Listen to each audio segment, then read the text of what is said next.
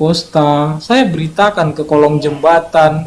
Sepenting saya sesuai dengan amanah Yesus, pergi beritakanlah kerajaan sorga sudah dekat. Itu aja, sembuhkan orang sakit, lahirkan orang kusta. Kamu telah memperolehnya cuma-cuma, maka berikan dengan cuma-cuma. Nggak terima salam-salam.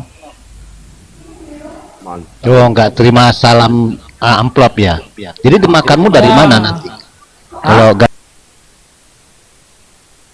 gaji, makananmu dari mana? Kamu tiap hari kerjanya memberitakan Injil. Kerjamu dari mana? Oh, saya kan ada nanam sawit, Bang. Waktu sebelum saya bertobat kan saya punya sawit juga, Bang, dikasih Tuhan. Oh, ya kan itu kan bisa habis ya. Kalau itu kan artinya begini. Ya, sesuai dengan rencana Tuhan, kita nggak perlu harus besar begini. Makanya kata Tuhan itu apa, Bang? Satu orang bertobat, seluruh malaikat di sorga bertepuk tangan. Nggak perlu 1000, kata Tuhan Yesus. Yesus itu butuh kualitas, bukan kuantitas. Kualitas sorgawi yang dia butuhkan. Satu aja, kata Yesus, bisa kita pertobatkan satu orang ke jalan yang benar, seluruh malaikat di sorga bertepuk tangan, kata Yesus.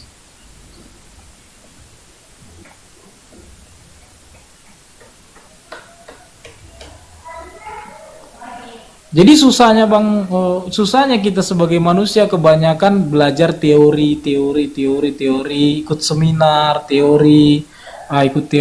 segala macam, belajar teori, tidak praktek langsung mengenal Yesus ketika langsung berbicara tentang kebenaran. Petrus mengenal Yesus ketika dia berani berbicara di sida-sida. Ketika di Kisah Para Rasul 2, dia naik lalu berbicara tentang kebenaran. Sebelumnya Petrus itu tidak tahu kebenaran. Makanya ketika Yesus ditangkap, dia langsung mengaku, dia bukan temanku, katanya.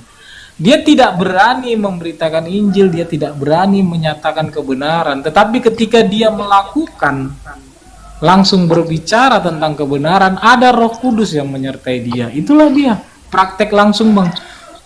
Dan itulah, Bang, yang sangat-sangat sulit ditemukan saat ini, Bang. Yang ditemukan saat ini sekolah teologi dulu. Itu ada pertanyaan Jeki. Jeki dulu dibaptis di gereja mana? Saya tidak dibaptis lagi, Bang. Tapi memang waktu kecil saya tardidi ya di GKPI. GKPI. Itu baptis Iya. itu. Berarti kamu udah dibaptis dong di GKPI. Ya, saya kan nggak tahu apa bisa saya melawan. Nggak boleh saya dibaptis. Kan nggak mungkin saya bilang begitu, Bang. Saya masih 2 bulan. Mana bisa saya bilang begitu? Sama seperti Yesus ketika disunat. Dia mengatakan, jangan sunat aku. Kan nggak mungkin dia bilang gitu. Ya, artinya kan gereja itu semua, apakah kamu menolak baptisan? Dalam pemahamanmu sekarang? Tidak saya tolak, Bang. Tapi begini, baptisan yang saya terima adalah baptisan roh dan baptisan api, gitu. Baptisan bukan baptisan air lagi. Baptisan air itu adalah sebagai baptisan ajaran Yohanes. Baptisan yang saya terima baptisan Yesus. Perhatikan Matius 3, Bang. Apa kata Matius 3? Aku membaptis kamu dengan air sebagai tanda pertobatan, tetapi Dia yang lebih besar daripada aku akan membaptis kamu dengan roh dan dengan api, gitu. Jadi baptisan yang saya terima itu adalah baptisan roh, lahir baru, lalu baptisan api, yaitu dibentuk seperti bejana, digembleng, dibakar, gitu loh. Bagaimana digemblengnya? Yaitu dengan saya berani nggak mengeluarkan uang untuk itu. Ada orang yang tidak makan, saya harus berani, Bang, mengeluarkan uang. Ada orang di sana yang telanjang, saya harus berani belikan dia baju. Saya harus berani tanpa uang untuk beritakan Injil. Itu, Bang.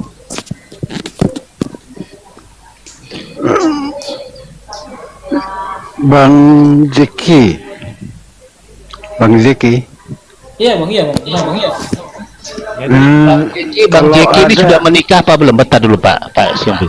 Bang Jeki sudah menikah apa belum sekarang? Puji Tuhan sudah menikah. Oke. Nah, Anda tidak bergereja salah satu pun. Nah, Anda memberitakan di semua gereja. Maksudnya Anda datang ke gereja itu lalu atau dipanggil Anda? Gimana?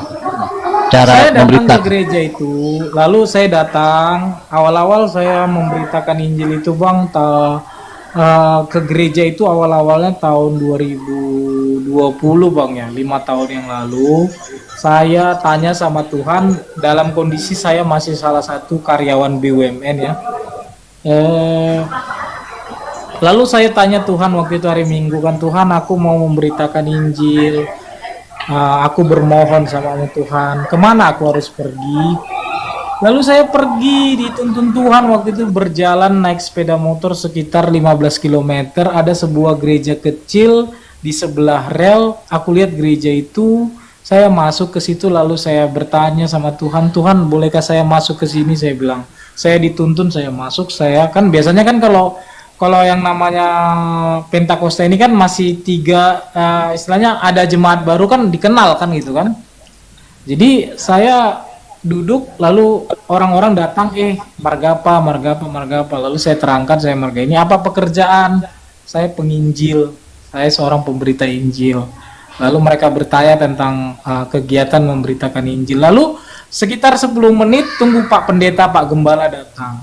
Lalu Pak Gembala diperkenalkan dengan saya. Oke, terima kasih telah datang kemari. Dia pergi 5 menit, ada persiapan, balik lagi kepada saya, Pak, silakan Pak, beritakan Injil di depan. Disitulah saya terkejut. Saya nggak ada minta untuk memberitakan Injil kepada pendeta itu, tapi pendeta itu datang lalu bilang, Pak, beritakan Injil. Lalu saya beritakan Injil di situ, di daerah itu.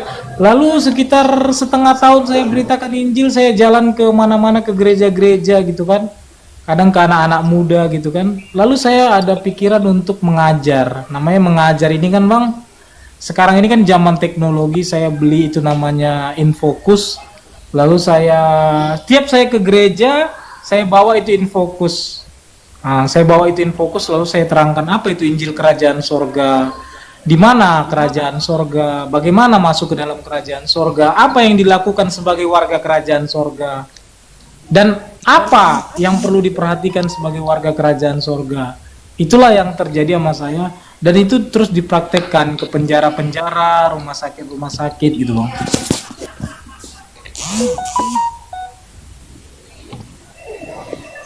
Oh begitu ya. Berarti Anda nanti pindah lagi ke gereja lain, baru ditanya, kalau diterima ya syukur, kalau ditolak ya pergi ke gereja lain ya, begitu ya? Nanggo Jeki Nenggolan. Gimana tadi Bang? Kalau nggak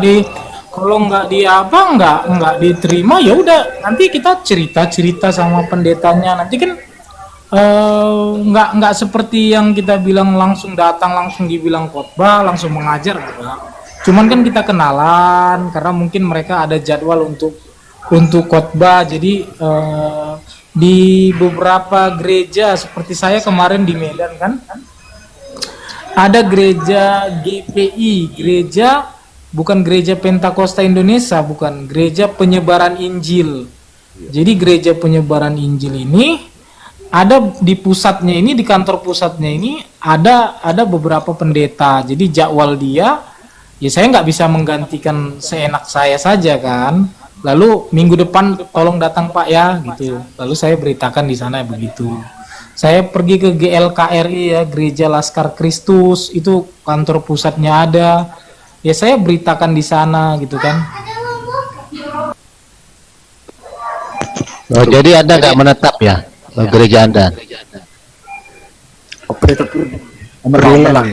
Omelang itu namanya apa? Pendeta terbang. Ya. Kalau di kampus kan ada dosen terbang. Nah dia itu ada terbang. Namanya itu apa namanya? Nanti khotbahnya di jalan-jalan, di pasar, itu ada namanya tuh. Aduh saya lupa itu namanya. Evangelis. Street price.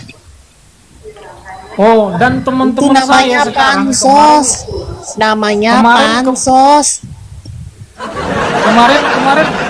Kemarin saya pakai jubah. Tahu jubah itu seperti apa namanya, spanduk, iklan. Saya bilang hanya Yesus jalan ke sorga. Lalu saya buat di belakang saya kata Yesus kepadanya, Yohanes 14 ayat 6. Itu saya jalan, saya bawa sepeda motor, beli sesuatu, saya singgah, lalu banyak orang membaca hanya Yesus jalan ke sorga. Itu terjadi tahun berapa ya? Dan sekarang teman-teman semua sudah pada pansos ya, sudah pada keliling-keliling di mana? Di pajak-pajak, di pasar-pasar, mereka sudah memberitakan Injil terang-terangan gitu. Sebelum kamu juga banyak tuh orang loh yang memberitakan Injil Ya, mereka. orang-orang seperti itulah yang sebenarnya yang harus mereka Sebelum tidak kamu terikat. juga Mormon, JW itu sudah memberitakan ajaran mereka. Tapi mereka tidak Mormon, JW, mereka itu tidak memberitakan Injil Kerajaan Sorga begitu. Makanya Matius 7 ayat 21, 22, 23, aku tidak mengenal kamu. Kenapa? Pesan Yesus kepada muridnya, beritakan Injil Kerajaan Sorga. Apa itu Kerajaan Sorga? Di mana Kerajaan Sorga? Karena Yesus itu di 4 rekaman Injil itu selalu memberitakan Kerajaan Sorga. Kalau nggak percaya, mari kita buka. 4 rekaman Injil. Injil Ya. udah direkam dulu. 4 rekaman Injil yang ditulis sekarang itu, yang direkam oleh murid-muridnya dituliskan, itu 4 rekaman Injil namanya. Aku kira yang rekamnya itu pakai HP gitu untuk rekam. Oh, makanya bahasa. Kitab Matius adalah kitab yang paling sering menuliskan Injil Kerajaan Sorga. Mulai Matius 4 ayat 17, bertobatlah sebab Kerajaan Sorga sudah dekat. Matius 12 ayat 28, Matius 10 ayat 7, Matius 9 ayat 35.